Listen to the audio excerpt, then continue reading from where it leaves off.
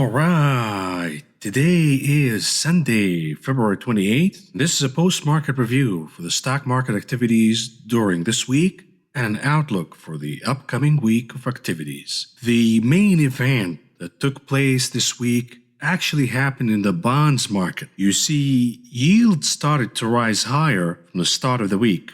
But as we progressed, and specifically on Thursday, we had a massive bomb in the bonds market, specifically regarding the 7-year note auction, which was the worst in record. And the outcome of the auction sent yields across the yield curve surging higher. Specifically, the 5 to 7 year notes, also known as the belly. And yields are surging higher due to inflation expectations. All of the money supply that flooded the system will start to show up in excess inflation, and therefore yields rising higher as bond investors demand higher yields. Here is Jeffrey Gunlock. First, months ago, the 30-year U.S. Treasury yield thirsted higher, then the 10-year, then today the 7-year, which by proximity made the 5-year U.S. Treasury yield explode to the upside. This is a regime change, and indeed it is. Because if yields bottomed and the trajectory is higher from here, we are seeing a development in the market that we have not seen in over 40 years. And that is the comeback of inflation. The Federal Reserve unleashed a monster here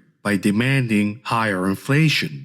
Because while higher inflation will initially help the economy recover from the deep hole of the pandemic, it will eventually lead to stagflation due to the uneven recovery in the economy, and it will lead to a repricing in the equities market lower. And this is a nice way to say a market crash, because the rise of inflation will push yields higher, forcing the Federal Reserve to finally taper bond purchasing and put an exit strategy to quantitative easing. We know that the rise of the stock market the last 10 to 12 years has been mostly due to the quantitative easing policy of the Federal Reserve. Removing the policy of quantitative easing and shifting into tightening once again will force the stock market to stand on fundamentals rather than on easy money. The fundamentals cannot support extreme valuations in the market right now. The other risk of yields rising higher, beside a corrective action in the stock market, is the liquidity/default risk. We do have a lot of zombie companies that are drowned in debt, and a rise in interest rates will pretty much kill these zombie companies.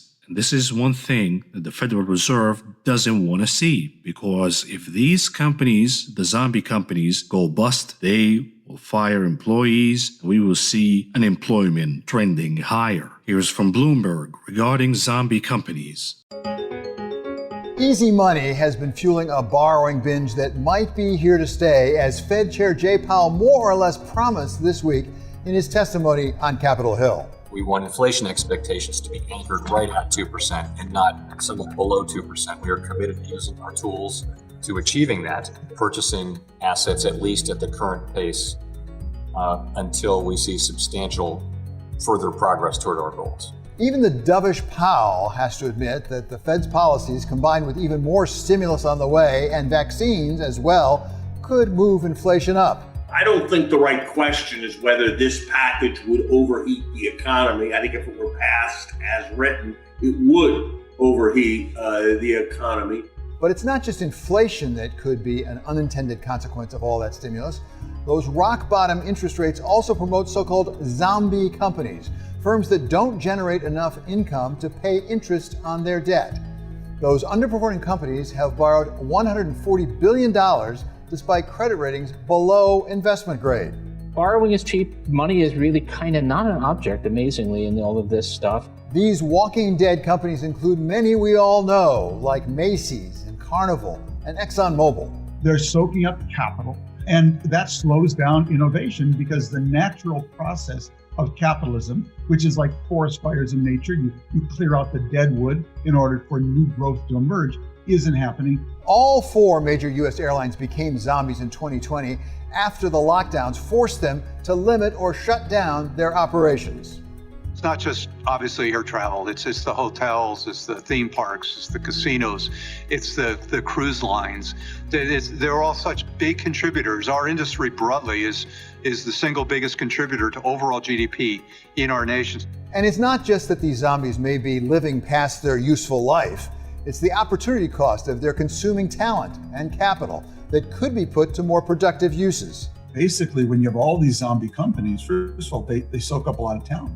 It's got engineers kind of sitting around. And at the same time, they soak up a lot of capital. And it leaves less room for startups.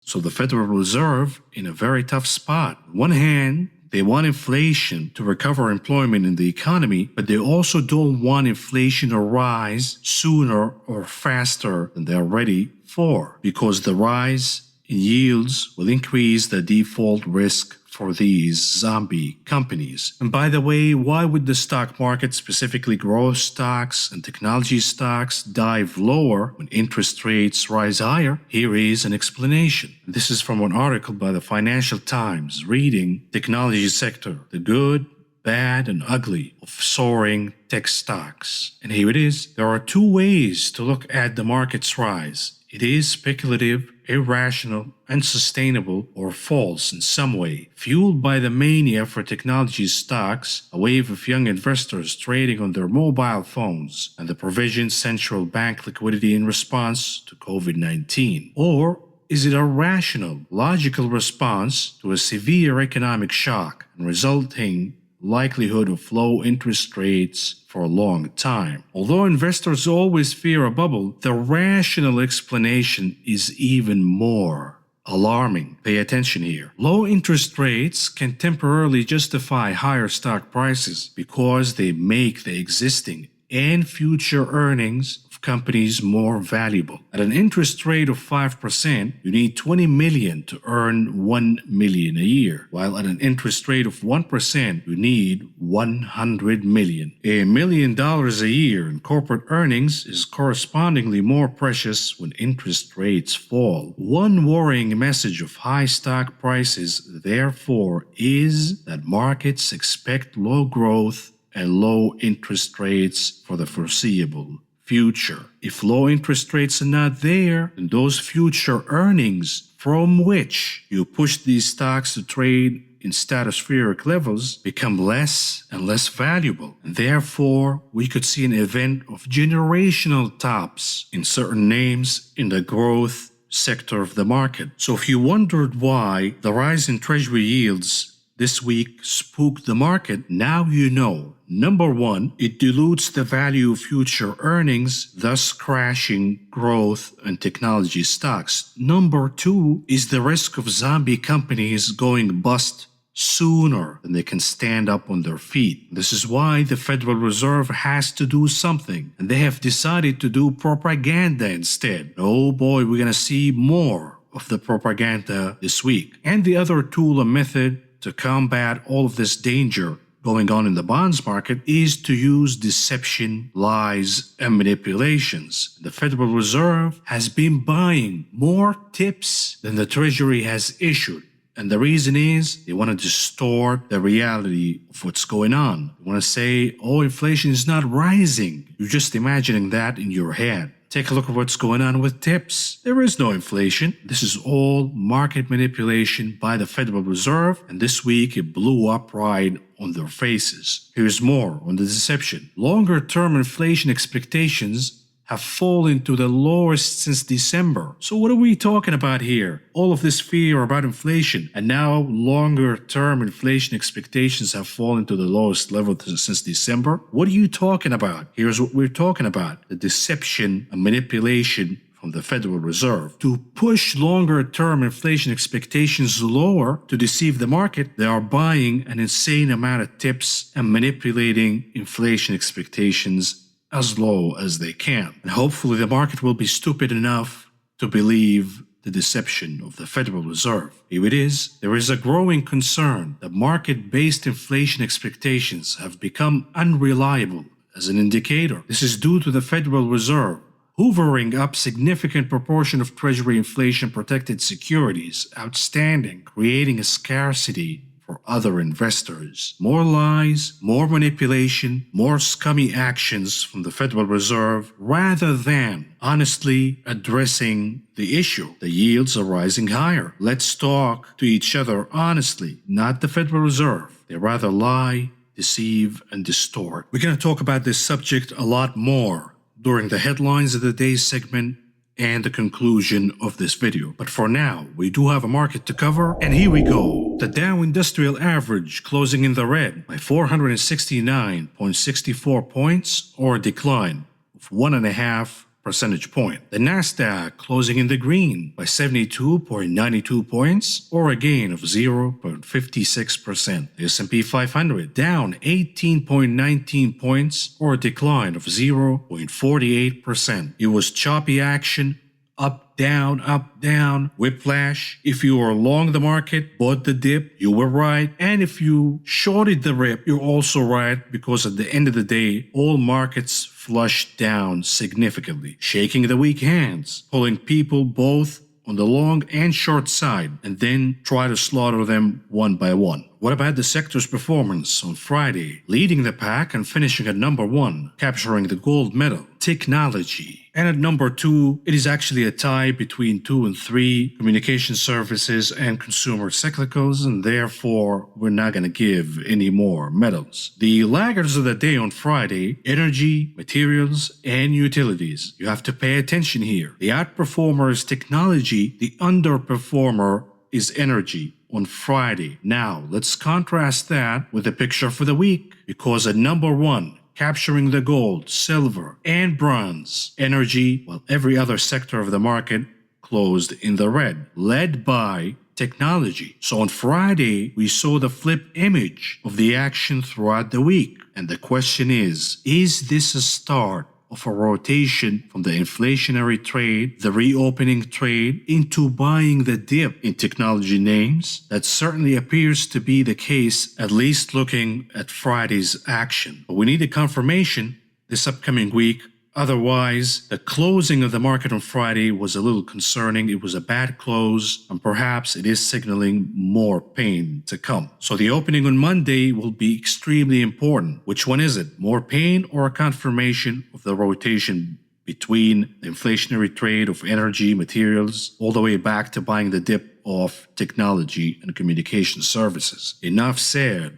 Moving on to the futures market performance on Friday, and let's see what's going on here. It's a red storm across the board with very few exceptions. Big declines here for crude oil, and the reason is we saw a rise in the US dollar, and a rise in the US dollar is not so hot so for the futures market. So pay attention here, because this could be another market manipulation method from the Federal Reserve by trying to push the value of the dollar higher, and that will add downward pressure on commodity prices, and all of a sudden, the inflation that we were worried about a week ago all of a sudden disappears. Why is that? Look at copper prices down 20% from the highs. Gee, what made that happen? Manipulation once again from the Federal Reserve. They're trying to manipulate, but I do think that their efforts will meet failure. Back to the futures market. What about softs? Declines led by lumber, sugar, coffee, cotton, and OJ. The only softs futures that managed to close in the green just slightly were coca futures. What about metals? Severe declines across the board. Copper down,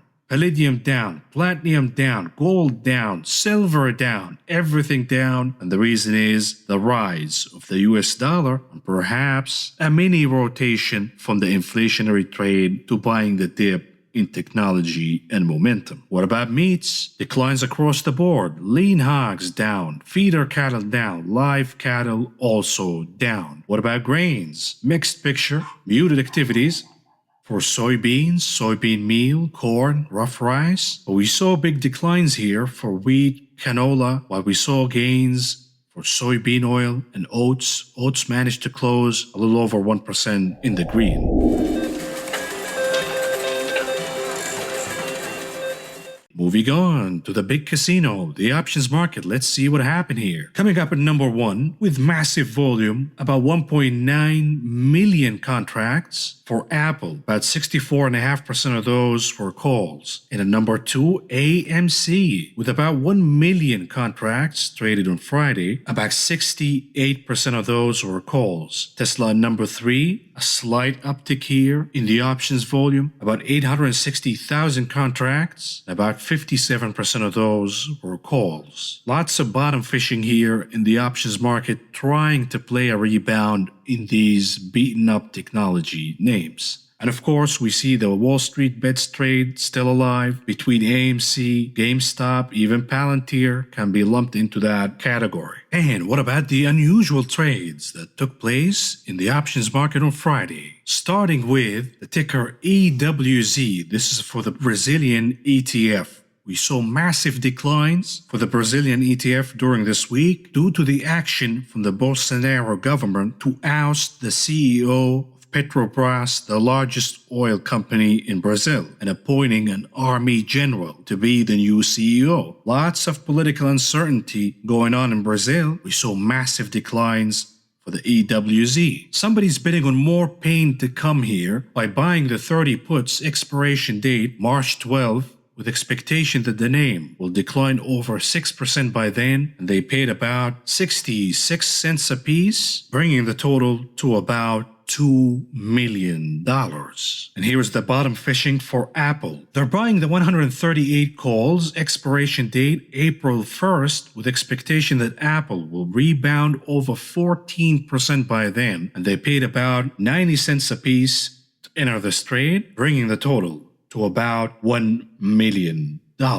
Here's another interesting one for the ticker CCIV. This is for Churchill Capital. We saw the SPAC declining significantly, losing almost half of its value from the highs right after the announcement of the merger with Lucid Motors. And the reason behind the decline of this particular SPAC is that the donkeys who continued to chase this name pushed the value of the SPAC to exceed the value of Lucid Motor. But we saw a rescue operation on Friday from Davey Barstool, who announced on Twitter that he is buying CCIV. And my theory is that Davey Barstool perhaps had calls expiring on Friday, and he decided to pull the scam to rescue his calls in Churchill Capital. Anyhow, the effort paid off because we saw the name closing in the green significantly. Big rebound based on the action from Davey Barstool. And here's somebody making a bet that the upside for Churchill Capital is still here by buying the 33 calls, expiration date March 5th.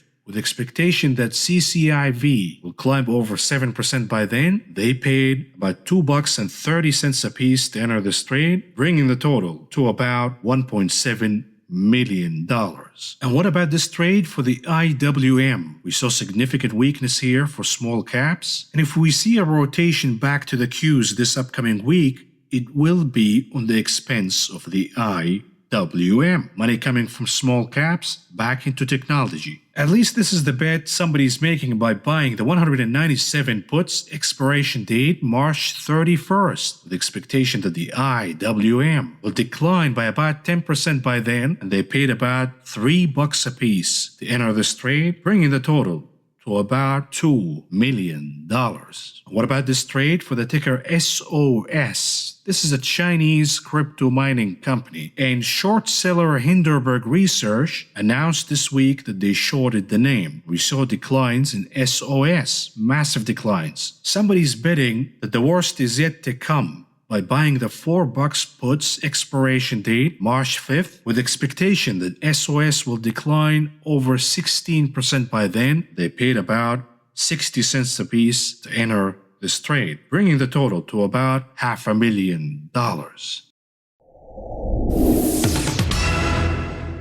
Moving on to the headlines that shape the day, starting with macro, Fed, and inflation news. We received very important macro data on Friday, so let's go through them. starting with core inflation. U.S. core inflation holds steady. Analysts warn of rising consumer prices ahead. The U.S. Federal Reserve's preferred measure of inflation was unmoved in January, despite predictions of a decrease, and the news could further stoke fears of additional consumer price growth and the possibility of more hawkish monetary policy as bond yields move higher. The January rate of annual core PCE inflation matched the December reading of 1.5% to exceed economists' projections of a decline to 1.4%. The U.S. Commerce Department said Friday. The U.S. Labor Department reported earlier this month that its core inflation rate fell to 1.4% in January from 1.6% in December. And why is inflation not going lower and actually climbing higher faster than we expect and faster than we are ready for? Here it is. Stimulus checks spark 2.4% surge in consumer spending and boost economy in early 2021. Once again, what's good for the economy is bad for the stock market. Why is that? Bad news are good news for the market and good news are bad news for the market. It is because, say it with me, the market is a cocaine addict. What is the cocaine? Monetary and fiscal liquidity. The market does not care if there's a nuclear war, asteroids hitting the planet, the extension of humanity. That doesn't matter to the stock market. The market cares about one thing, the cocaine. As long as there is cocaine from the Federal Reserve, the market will continue to go higher. But if the cocaine gets disrupted, the market will suffer a withdrawal and it will crash. Why is that? Because it has no feet to stand on. It's been standing on the hopium of low interest rates forever. Now inflation is rising higher, faster than expected. You gotta taper the easy money policy. U.S. household income jumped 10% in January as the government delivered stimulus payments to households and consumer spending rose 2.4%. Surprise, surprise. You give people free money, print it out of thin air. What are they going to do? They're going to go ahead and spend it all over the place, creating inflation. Here's more. As expected, January saving rate has surged, now back up to 20.5%. Once again, you give people free money, print it out of thin air, either going to spend it or they're going to save it to spend it later, adding more to inflation expectations. Personal income rises 10% in January versus 9.5%. That's the estimate. PCE inflation 1.5% versus 1.5%, the estimate. The gain came from the issuance of $600 stimulus payments that Congress approved for millions of Americans, along with enhanced unemployment benefits. Consumers took those checks and spent them quickly, sending retail sales surging, pushing overall expenditures up 2.4% for the month and a touch below the estimate 2.5%. And there is more where that come from, because we have another round of stimmy money about to hit the market, adding to increased consumer confidence. The U.S. University of Michigan sentiment for February was 76.8 versus 76.5. That is the estimate, and 76.2, that is the prior reading. Who wouldn't be confident knowing that they will hit us with a new round of stimulus every 3 to 4 months? But is the supply chain also picking up steam along with the spending and the demand going on in the economy from the free money? Not at all. Chicago Factory Index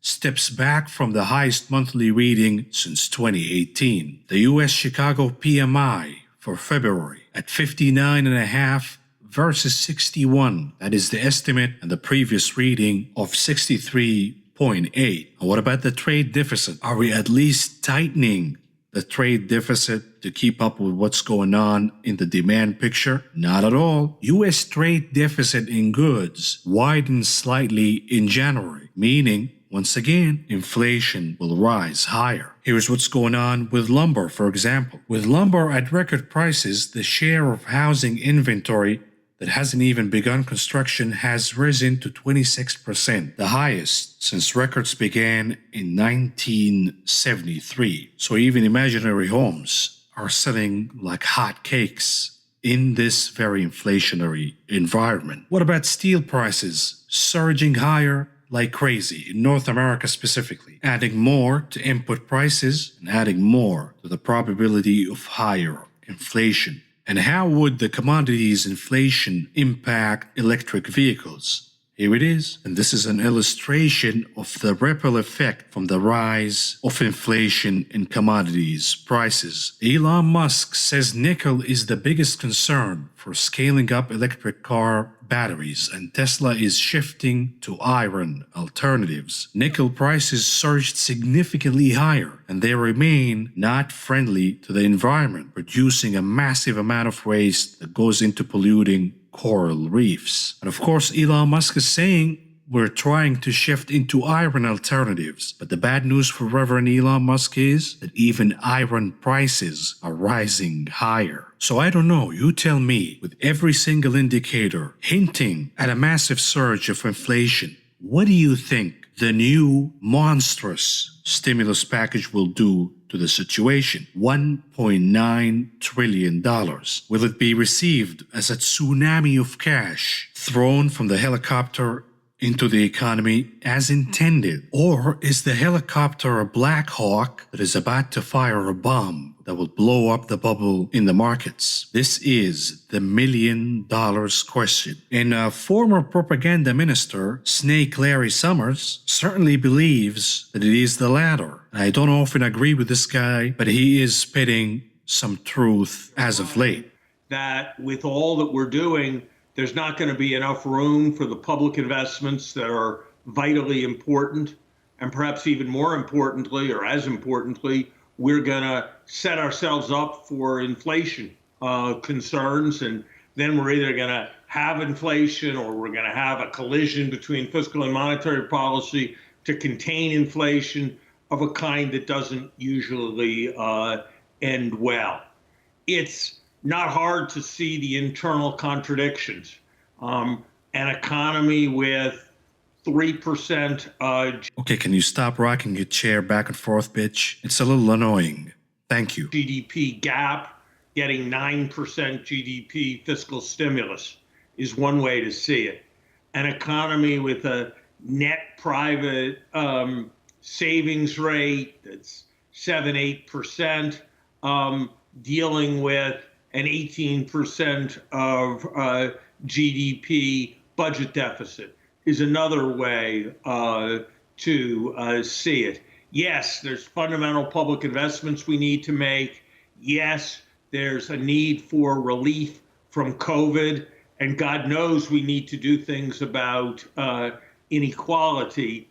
But I think the scale of what we are doing, a nearly $2 trillion savings overhang, a 14% of GDP, $2.8 trillion of fiscal stimulus, the Fed with its foot on the accelerator to the floor and saying that it's going to stay that way for a very long time and be pulled up without warning. I don't think it's amazing that we've seen more turbulence in financial markets. Some of that's got to do with the micromechanics of those financial markets, but some of it's got to do with the broader environment. Well, let's go to that point just exactly, because after that dramatic spike up in the 10-year, some people said it was more technical than something more fundamental. We heard from Jay Powell, the chairman of the Fed this week, saying, don't worry about this. We're fine. Insofar as the yield goes up, it's really because it's a vote in the confidence in the future of the economy. Is that right? Is that what we're seeing as a vote of confidence in the future economy? We saw a lot of things. We saw tech stocks go way down. That doesn't seem like a vote of confidence in the future of the economy. We saw commodity prices go way up. That doesn't seem like a vote of confidence in the future of the economy. We saw credit spreads widen. That doesn't seem like a vote of confidence in the future of the economy. Well, Larry, if we are on something of a sugar high right now, how are we ever going to come down off of it? Let me put it a different way. If Jay Powell is reassuring us so we don't have a temper tantrum, are we going to have a temper tantrum sooner or later, no matter what?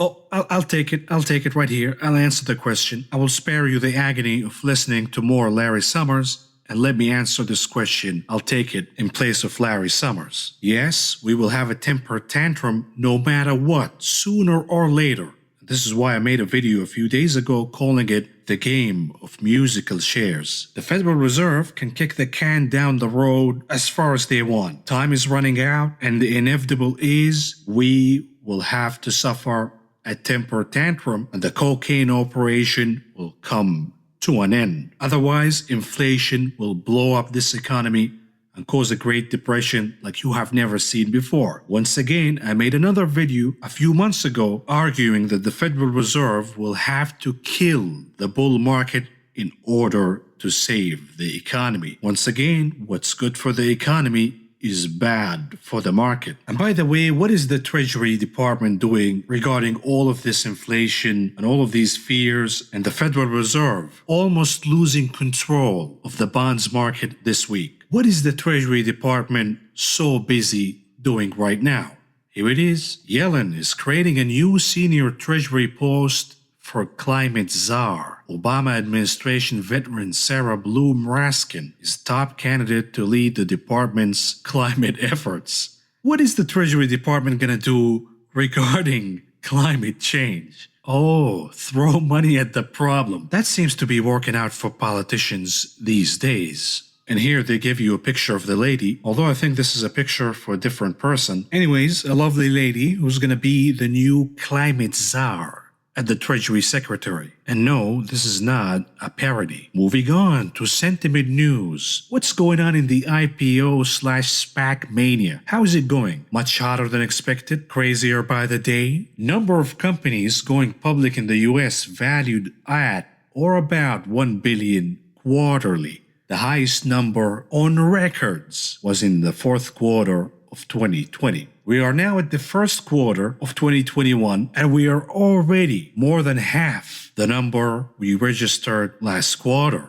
even though we still have 1 month to go. Here's another illustration of the mania. The single stock volume has risen to the highest levels in about 2 decades. We never seen single stock trading volume reaching these very elevated levels since the dot-com boom. Another indicator that we are in a late cycle phase. What about the GameStop and the call options mania? Also crazier by the day. The most active GameStop option on Thursday was a contract betting that the stock would spike to $800 on Friday, which would have been a one-day gain of 636%. These people are maniacs. Once again, they're not investors, they're not traders, they're not even gamblers, because gamblers have a sense of probability. There are zombies high on meth looking for the next score, expecting the stock to surge over 600% in a single day. It can't get any crazier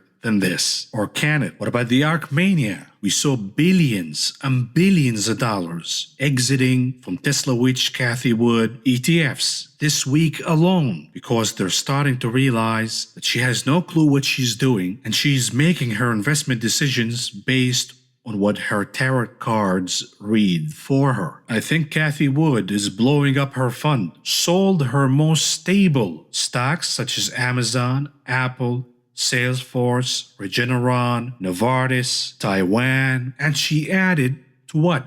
The most overvalued and the biggest targets in this correction. Tesla, Teladoc, Square, Beam, Twitter, Palantir. Ladies and gentlemen, we are probably witnessing the beginning of ARK Invest imploding. The Cathie Wood story is about to come to a tragic ending. What's going on with Palantir? Cathie Wood buys. Meanwhile, the insiders are dumping stock like there is no tomorrow. Palantir insiders sell another 18.5 million of stock. We know that Peter Thiel alone dumped about $500 million worth of Palantir stock last week, and Peter Thiel cannot believe how stupid these donkeys are. I wouldn't be surprised if the headline reads next week, Peter Thiel dies of laughter at the age of 53. The latest figures bring sales disclosed this week by the data analytics company's leaders to nearly $112 million. So the executives alone dumped $112 million worth of shares. But somehow, Tesla witch Kathy Wood believes it's a great buying opportunity while the insiders are dumping on the heads of her investors. Oh, and did you guys notice? The SEC woke up from its coma. US SEC subpoenas overstock for certain communication details with executives and investors. Number 1. Number 2, the SEC suspends trading in multiple issuers based on social media and trading activities. All of a sudden, the SEC are doing their job, and the first target to pick on is who? The retail trader, not the criminals over at Wall Street. Let's start chopping heads on the retail side first. The SEC banning names such as Bebida Beverages, Blue Sphere Corporation, eHouse Global, eVenture Interactive, Eyes on the Go, Green Energy Enterprises. All of that garbage is now banned from trading. And of course, the Robin Hoodiettes over at Reddit, they think that they're smart and they're clever by picking up garbage stocks that nobody's paying attention to, that are cheap in price. And what they do is they create another gamma squeeze scam, and then they pump it on Reddit, urging other traders to follow the same trade. The herd mentality creates these massive pumps and dumps all over the place. And the SEC is saying, no mas. We're coming for you, assholes. And of course, like I said, they're picking up on the retail side first. So you thought you're smart? You're trying to play the system? They're coming for you first. Different rules for me than thee. Or however the hell that saying goes. Moving on to the SPAC mania, specifically what happened with Churchill Capital on Friday. Here is Davey Barstool. I had 1 billion people tell me CCIV was the go button today. I bought it. I'll probably get killed.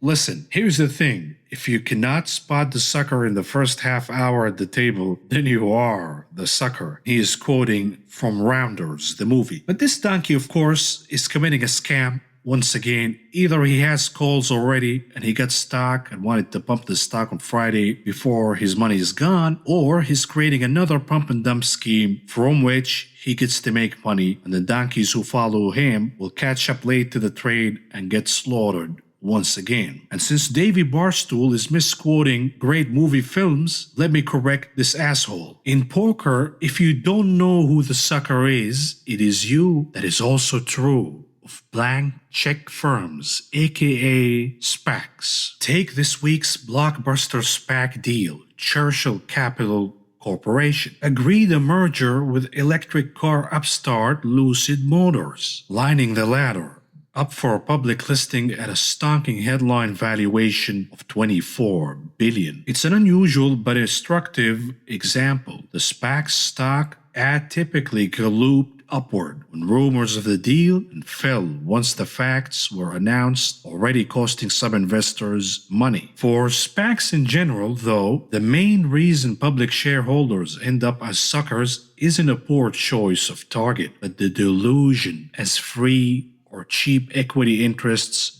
are bestowed upon early investors, aka a pyramid scheme. A Stanford Law School-led working paper picks this apart for nearly 50 SPACs that completed mergers between January of 2019 and June 2020. For their creators, Chamath and the likes, sometimes investment firms and sometimes individuals, diluting other shareholders is the point. Are you paying attention or not? A SPAC sponsor gets the biggest cut in the form of a so-called promote free or nearly free shares typically totaling 25% of the number sold in the vehicle's initial public offering. Once a merger is secured, in just under half the deals struck this year, according to an analysis by lawyers at Freshfields, sponsors gave up some of the shares they were due to receive, but only some. To get that reward, the sponsor contributes the cost of getting a SPAC to the point of an IPO. That is probably a few $1,000,000. All of those extra shares arrive, the result 3 months after a merger is an average sponsor return of nearly 400%, according to the Stanford team. No wonder why everybody and their mothers, from A-Rod to Shaq to my dog, is starting a SPAC, because it is the greatest scam in the history of mankind. You can't score easier money than this. A recent JP Morgan analysis put the mean sponsor return at an even more eye-popping 650%. No wonder people like Michael Klein, the ex-Citigroup banker behind Churchill, and investment groups such as Gore's keep repeating the SPAC playbook. And they call it the SPAC Mafia. Someone has to pay for the giveaway to sponsors, and it is not the SPAC IPO investors. These are mainly specialist hedge funds. When SPACs first raise money, what's on offer is shares with warrants attached. There are also generous redemption terms, so when the cash shells find a deal, the initial investors can choose to get their money back. But they usually keep the warrants, which, like options, entitle them to buy shares at a certain price, becoming valuable if the underlying stock price goes up. So ask yourself a question. Is it in the interest of these insiders to pump the stock higher and higher and higher? Of course it is. And they do it on the expense of the donkeys doing the pumping for them. This means, according to the Stanford paper, that for essentially risk-free investments, these early holders on average make a nearly 12% return. That is not bad with, say, 10-year US government bond yields running at around 1.5%. Those warrants are another source of dilution for later arriving shareholders, you morons. Not so lucid. The yardstick for presenting most SPAC deals to investors is the typical $10 for share. That is the IPO price. And of course, you keep hearing from the Robin Hoodists and the likes that SPACs are kind of risk-free because there is a floor of $10 per share. You cannot lose everything. So here it is, because that is how much cash was originally put into the blank check firm. It is usually the benchmark for valuing the merged entity too. But in practice, the dilution from free shares and such means the SPAC actually contributes less than $10 per share of cash to Lucid. The Stanford researchers figure that, factoring in redemptions, the amount may on average be less than $7. All this dilution at the SPAC level means there is an incentive to target the biggest possible merger, so the blank check vehicle has less weight. The Churchill SPAC represents only a fraction of Lucid's overall valuation. Even so, the Stanford figures suggest that sponsor promote warrants and rights for investors, plus IPO underwriting fees, eat up 14% of the post-merger equity value in the typical case. In the Lucid example, Churchill's shares were trading at much higher price by the time the deal was announced. So some investors, and pay attention here, some investors might have acquired their shares in the SPAC not near the original IPO price of $10, but in the market for more than $60. On Thursday, they closed under $30. You got involved in something you don't even understand. Early birds. There is another cohort of investors who get their own special set of rewards in return for boosting the SPAC's firepower at the time of the deal, the PIPE investors. The acronym stands for Private Investment in Public Equity and typically comes from institutions or investment funds. In Churchill's Lucid deal, for example, Saudi Arabia's Public Investment Fund, already a Lucid backer, and funds managed by BlackRock and others signed up to provide $2 $2.5 billion.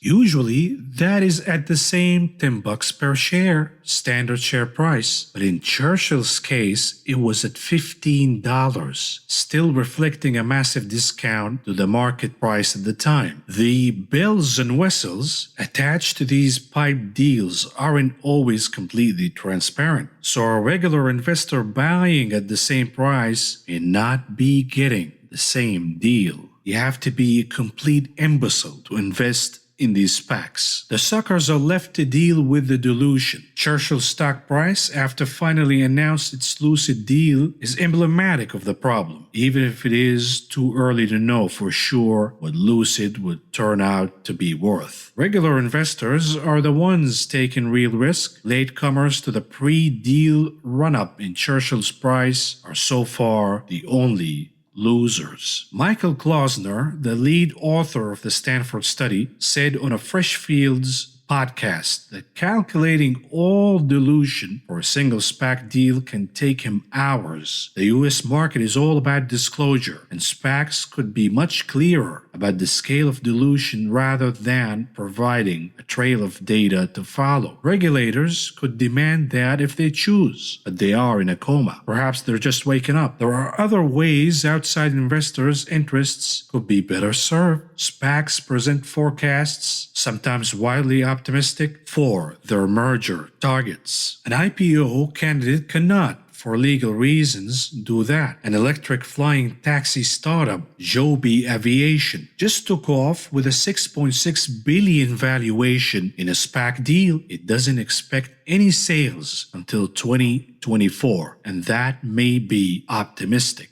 A company with no revenue and an unproven business model probably cannot go public through a regular IPO process because investors would be likely to give it a wide berth or a miserly valuation. Thanks to SPACs, that sensible principle no longer applies until watchdogs intervene. The poker adage remains investors' best defense. This is the scam of the century, and the sheep is volunteering to be slaughtered. And here is the latest method SPACs are trying to scam you. Blank check buyers set sights on corporate spinouts as next prey. Blank check companies flush with cash and on the hunt for a private business to take public have started adding corporate carve-outs to their list of potential purchases.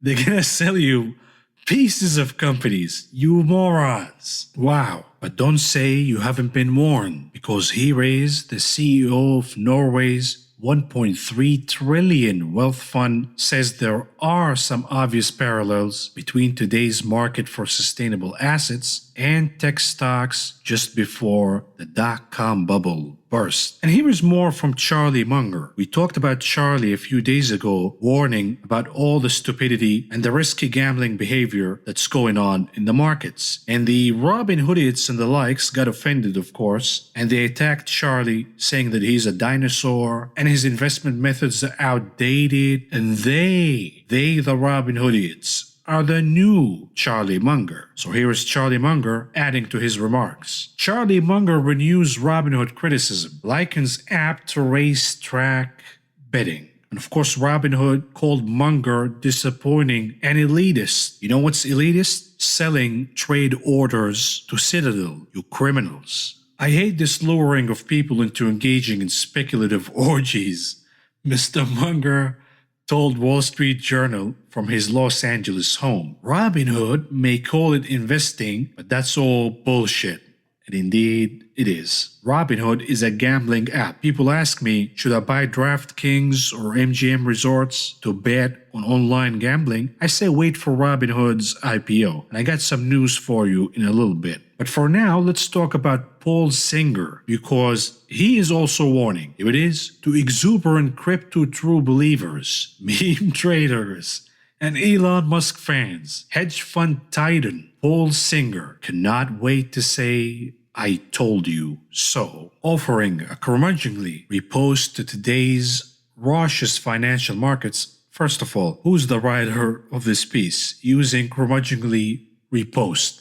You gotta be the asshole of the year to use that kind of language. Anyways, the 76-year-old billionaire said in a letter to clients of his $42 billion Iliad Management Corporation that a quote-unquote flamboyant lineup of excesses will come back to haunt investors. To Singer, who has long warned of an ugly end to the Federal Reserve's easy money policies, it is all just a bit too much. We believe that hindsight will show the champion of head-smacking craziness in the American stock market to be the period playing out right now, Singer wrote in the January 28th letter. In his view, the Fed's current iteration of quantitative easing paired with trillions of dollars of stimulus to counter the pandemic are setting up for a fall. Rampant inflation will shock policymakers, stock pickers, and bond investors alike. Trouble ahead is signaled by a rare combination of low-quality securities, staggering valuation metrics, over-leveraged capital structures, scarcity of honest profits, a disparate dearth of understanding evinced by most active traders, and economic macro prospects that are not as threatening as the mob's braying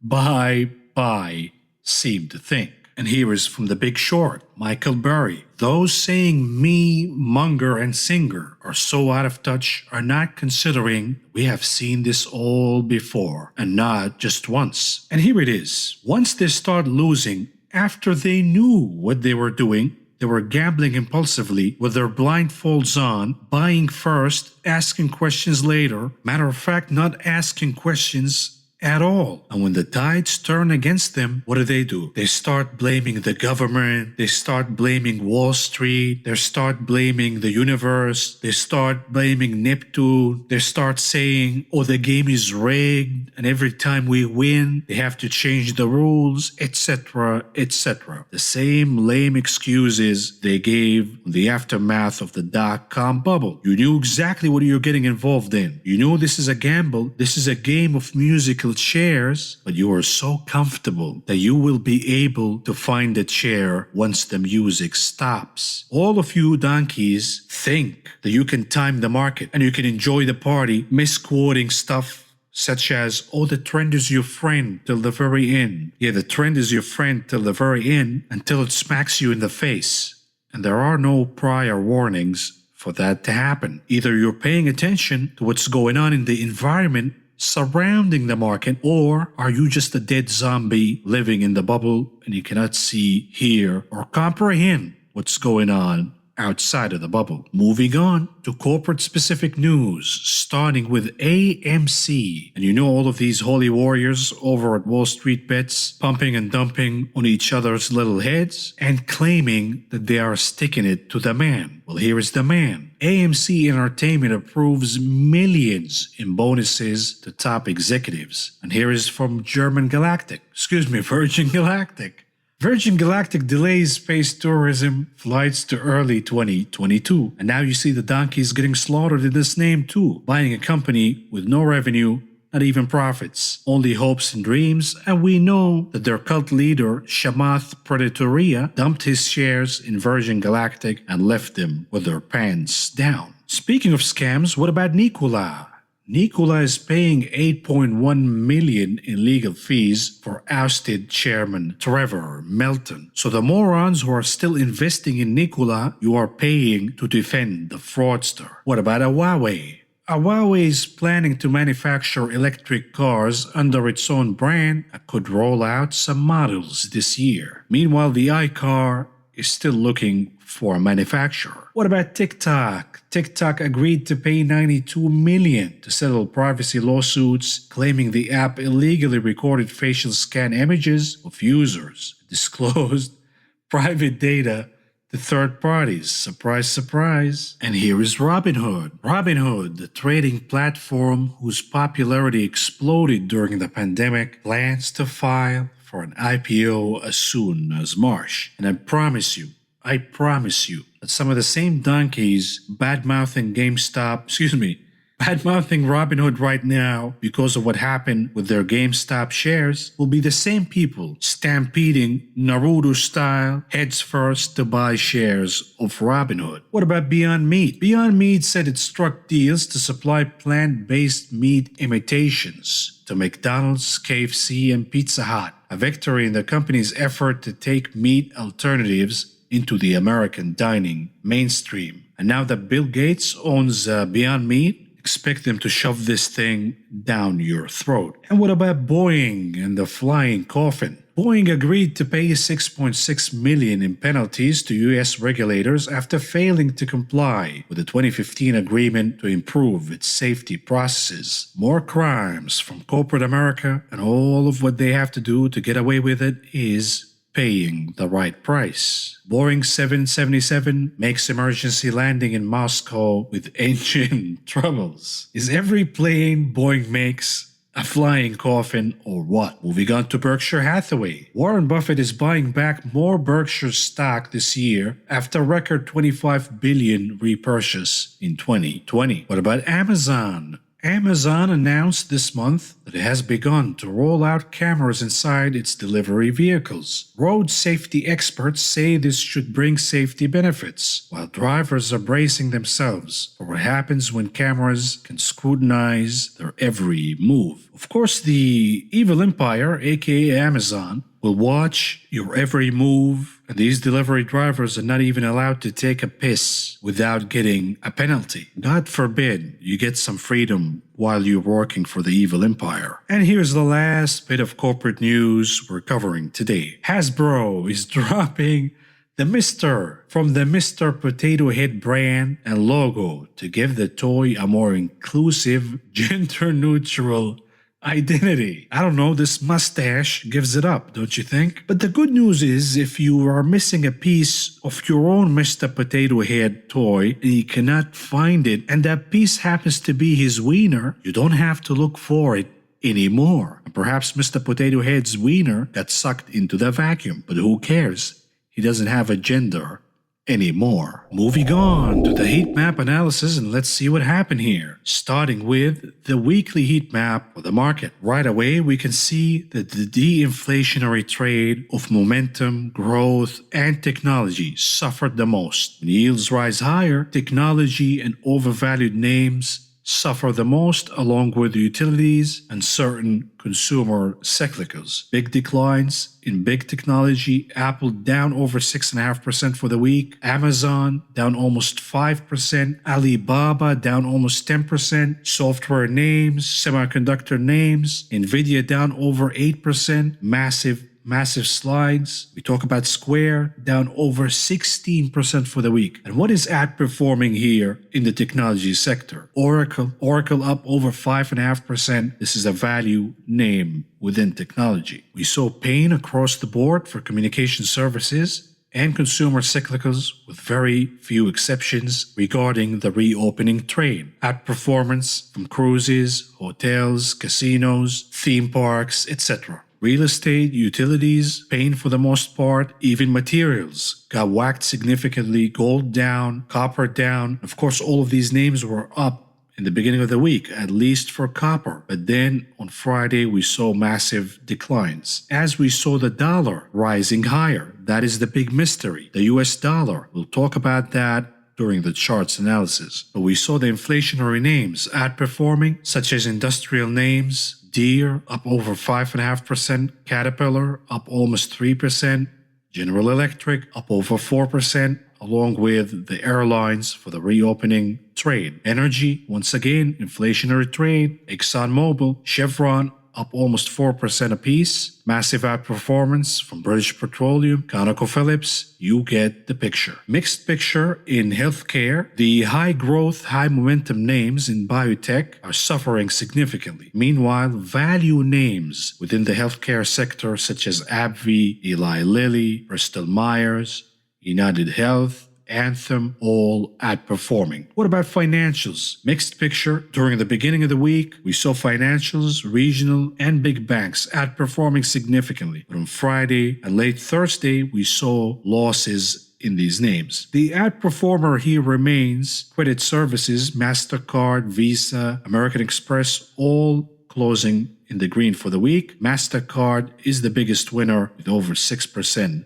gains. And the reason is, if rates are going higher, the biggest beneficiary here is credit services, even more than banks. And the reason is, while banks will benefit from yields, that will also increase the likelihood of defaults with the lenders. Moving on to the charts analysis, what do we see here? Starting with the Dow Jones. Yes, we're talking about the Dow Jones. Why am I talking about the Dow Jones? Because we see the so-called megaphone pattern. I'm not a subscriber to this theory, but it is popular online. I'm willing to take the upper limit of the megaphone seriously though, meaning the upper trend line, because it is acting as resistance as of right now. And the weekly candle resembles a rejection from that particular point and a reversal weekly candle, meaning the more declines about to hit the Dow Jones. Whether that would be as a result of a rotation from the inflationary trade of energy, financials, etc., to buying the dip in technology,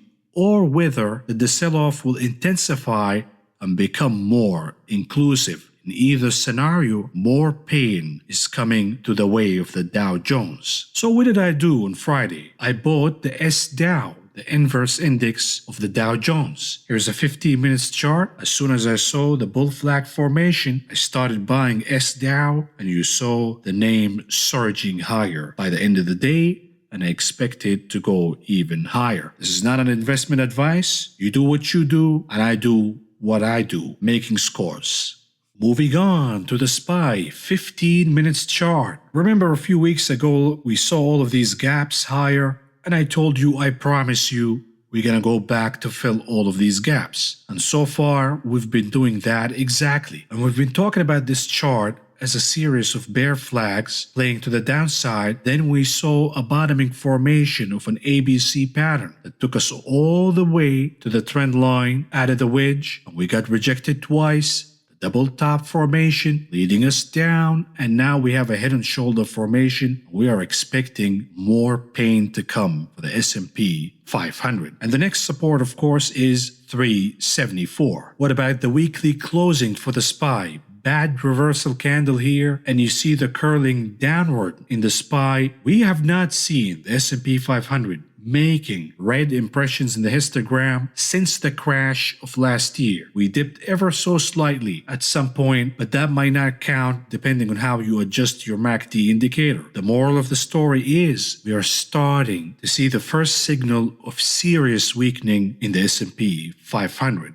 And if history repeats itself, we have massive declines to come here. But here's what I like to do. I like to look at the continuous contract from a daily perspective for the S&P 500. We have broken the very important level of 3,862, and now we're battling to hold support for the trend line in yellow. That is likely to fall, or fail rather, and the next destination will be 3,600, meaning that if we don't hold by Monday and bounce from the trend line, we will decline in the S&P 500 all the way down to 3,600. And that would be at least a solid support for a little while. Moving on to the Qs. 15 minutes chart, a series of bear flags playing to the downside. And on Friday's session, we just went back and forth, retesting the 313 level of support and bouncing higher from that level. We had a bad closing candle at the end of the day on Friday, but we did not breach the 313 support line. So that remains a support for now, and we could actually go higher in the Qs depending whether they decide to buy the dip and do another rotation back into technology or not. But if the inflationary fears remain in the market for this upcoming week, there are more declines for the Qs. And to illustrate that for you,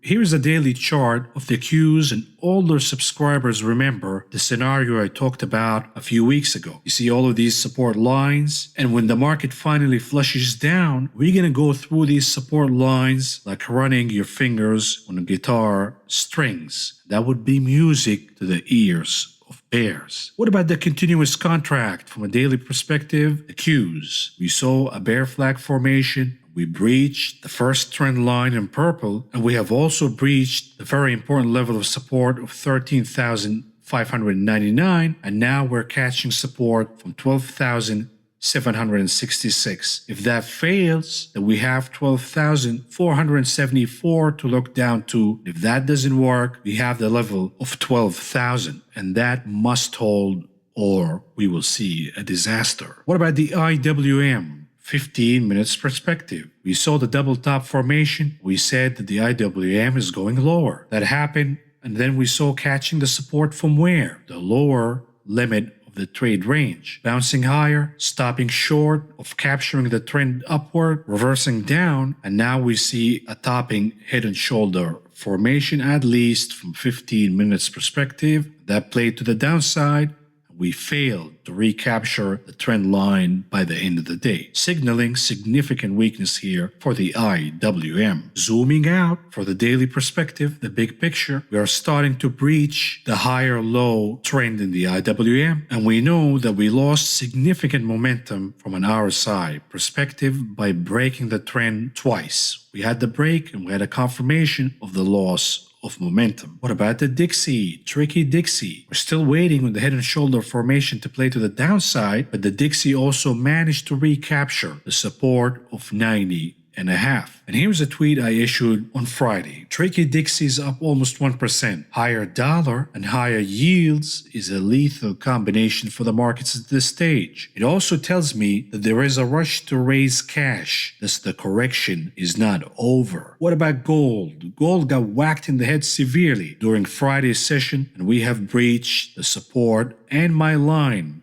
in the sand of 1765. I'm out of gold right now, and there are lots of headwinds playing against gold in this stage of the market. Number one, Bitcoin. Number two, the rise in yields. And now we have a rise in the US dollar, at least during Friday's session. And what about copper here? Is copper trying to tell us something by topping and reversing lower? Is copper about to go down to the trend line and decline about 13% from the top? If that is the case, then we will see the inflationary fears evaporating, or at least put in the back burner, and we will see buying of the dip in technology in the market as a whole. We will see bonds also recovering higher. Is copper telling the story, or is copper playing trickster? Moving on to yields. The TNX, nothing happened here. We went lower on Friday's session, but we remain elevated and we remain above the 1.42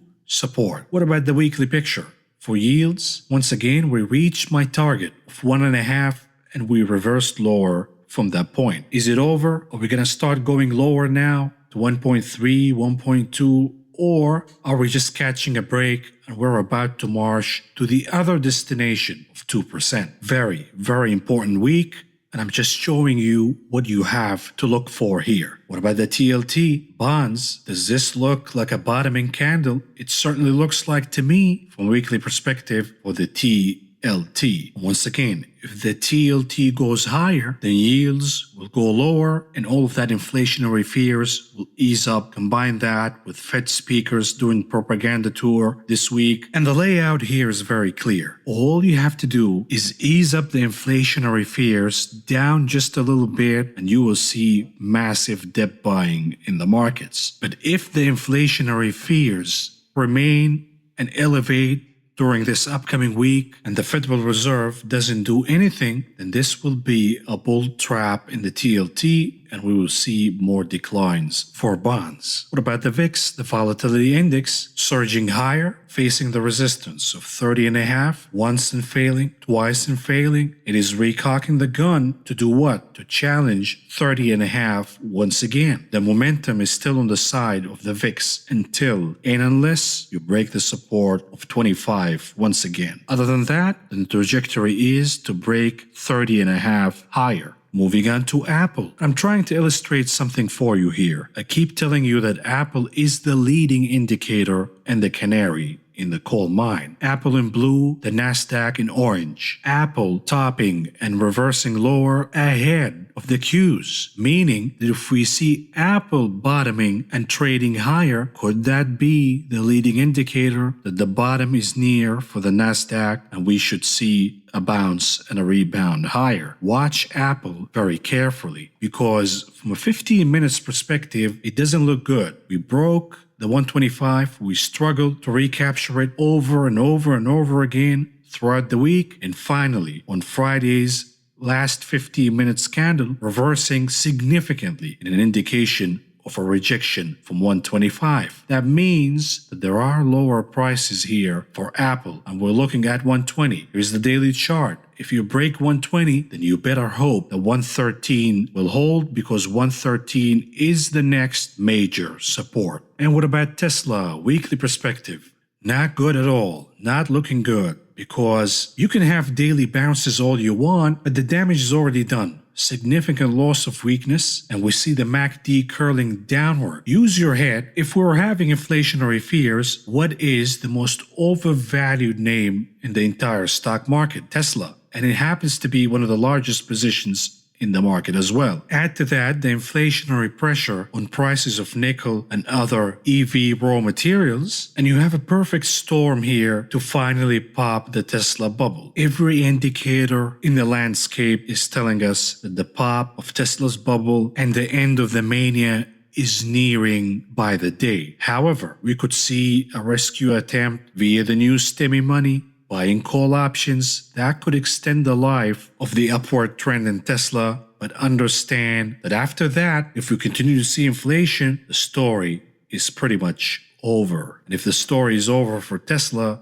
it is certainly over for the ARKK, ARK Invest, because from a weekly perspective, you see the lower divergence in the RSI and the curling downward in the MACD to create the first noticeable red impressions in the histogram since the crash of 2020. And my target here is for about 34.5% correction from the top. It could pierce below that if we see a panic event level regarding Tesla and other ARK names. But it also could morph into a liquidity crisis for the RKK itself if we see investors pulling their money rapidly out of the fund. So the end of Tesla witch Cathie Woods could also be near the horizon. And now let's move on to conclude this video. The Federal Reserve is planning a massive propaganda tour next week.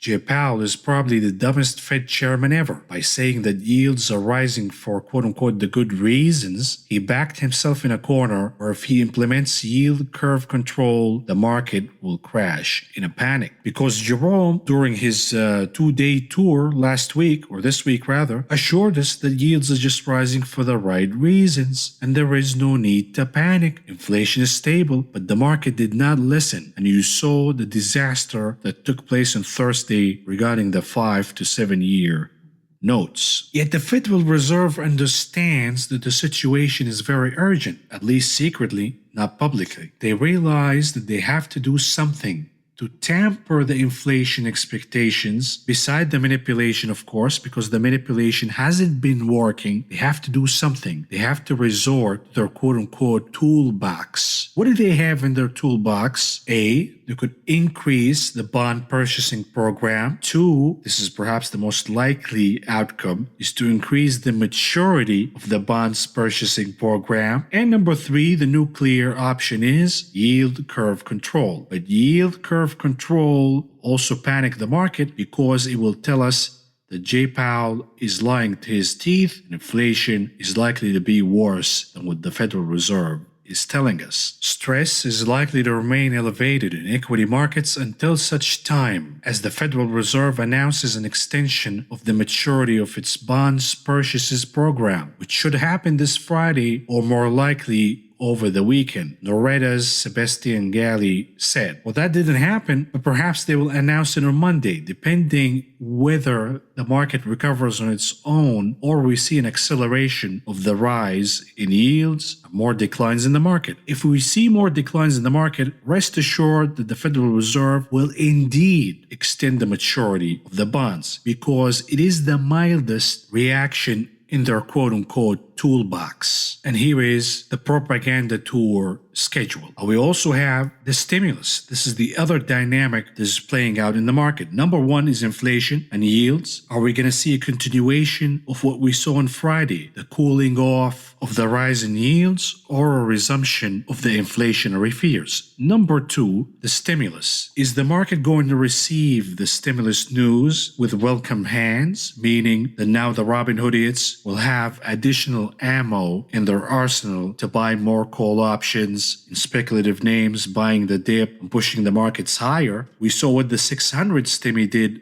in terms of the mania. Can you imagine what $1,400 would do? Or is the market going to receive the new stimmy money news with unwelcome reaction? Meaning that, wait a minute, we were afraid of higher inflation last week. Adding the stimmy money is the needle that will pop the bubble. These are the two dynamics we're watching for. Yields and the stimmy. Very difficult week to predict here, but boy, is it so important, and it will have plenty of action in it. Lastly, before I leave you, here is the outlook for the economic calendar this upcoming week. On Monday, we have the manufacturing PMI and the ISM manufacturing index. On Wednesday, we have the private payrolls from the ADP employment report. We have the services PMI and ISM. On Thursday, we have the usual weekly jobless claims, in addition to factory orders. That would be very important as a pulse for inflation. And on Friday, we have the big kahuna, the big jobs report, the unemployment rate, in addition to the trade deficit and consumer credit. Very important week. Lots of action to be witnessed. So buckle up your seatbelts, and I'll talk to you again tomorrow. If you found the information presented in this video helpful, please subscribe, press the like button, the notification button, and follow me on social media.